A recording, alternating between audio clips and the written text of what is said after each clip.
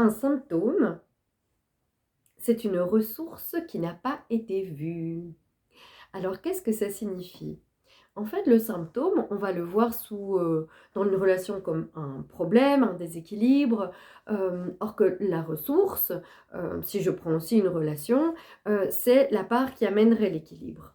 De même pour une maladie. Donc, dans les médecines anciennes, en réalité, on recherche l'équilibre. On ne recherche pas le mot, la cause euh, euh, en tant qu'une forme de bilan de santé qui dirait c'est ça la maladie, mais plutôt où est l'équilibre et quel est cet aspect de nous qui engendre un déséquilibre.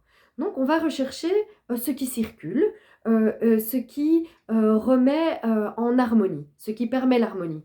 Et donc en fait, on va se focaliser sur la fréquence de guérison plus que autre chose. Parce qu'on estime, notamment dans la médecine chinoise ou dans les thérapies très anciennes autres qu'elles, que la circulation, c'est la santé. La circulation, donc, au niveau de la relation, à notre psychisme, au niveau de la relation, à notre corps, etc., c'est la santé. Et on va rechercher et se focaliser sur cet équilibre-là, donc sur cette recherche d'équilibre.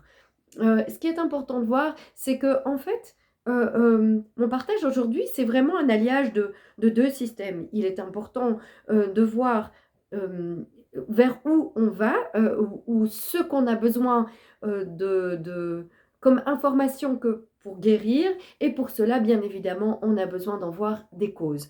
Mais ce qui est important de voir, c'est que dans notre société, en général, on est focalisé sur notre problématique ou sur notre symptôme, à la place de se focaliser sur notre équilibre, qu'on peut parfois appeler bien sûr guérison.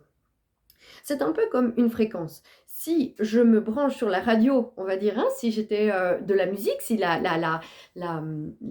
l'équilibre et la santé, c'est une musique, est-ce que je suis plus en train d'écouter la musique de ma santé ou la musique de ma blessure ou de ma problématique?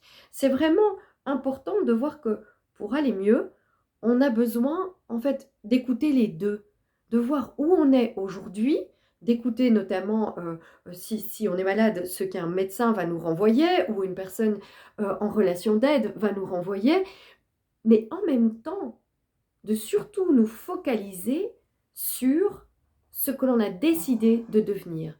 Et ça, c'est la grande puissance, en fait, de tout ce qu'on va entendre dans la loi de l'attraction ou autre. En fait, c'est qu'on a tous une fréquence d'harmonie et de guérison. Et cette fréquence-là, eh bien, en fait, à travers l'écoute profonde de soi, dans le chamanisme, le qigong, la méditation, on va pouvoir aller la rencontrer. C'est la part de nous-mêmes qui est en fait un équilibre complet. Et ben oui, mon petit échange d'aujourd'hui, ça vise à vous interroger sur est-ce que vous connaissez cette part de vous? Est-ce qu'elle vous intrigue? Est-ce que vous avez envie d'y aller? Parce qu'en fait, c'est à cet endroit-là que vous devenez non seulement une personne heureuse, mais c'est aussi à cet endroit-là que vous vous soignez véritablement, c'est à cet endroit-là que vous vous remettez en lien avec les autres. Cet endroit-là, eh ben oui, parfois il prend un petit peu de temps à retrouver. Moi, personnellement, c'est vraiment tous les états élargis de conscience qui m'ont permis de retrouver cet espace, trouver à nouveau, m'y poser à nouveau. Et je ne peux que avoir l'enthousiasme de vous partager à quel point c'est ça. À ce moment-là, c'est ça, c'est-à-dire c'est c'est la joie. La joie. En médecine chinoise, la joie est le signe que tout circule. Et la véritable joie n'est pas dépendante de ce qu'on vit à l'extérieur. C'est un état de circulation et d'amour envers soi-même.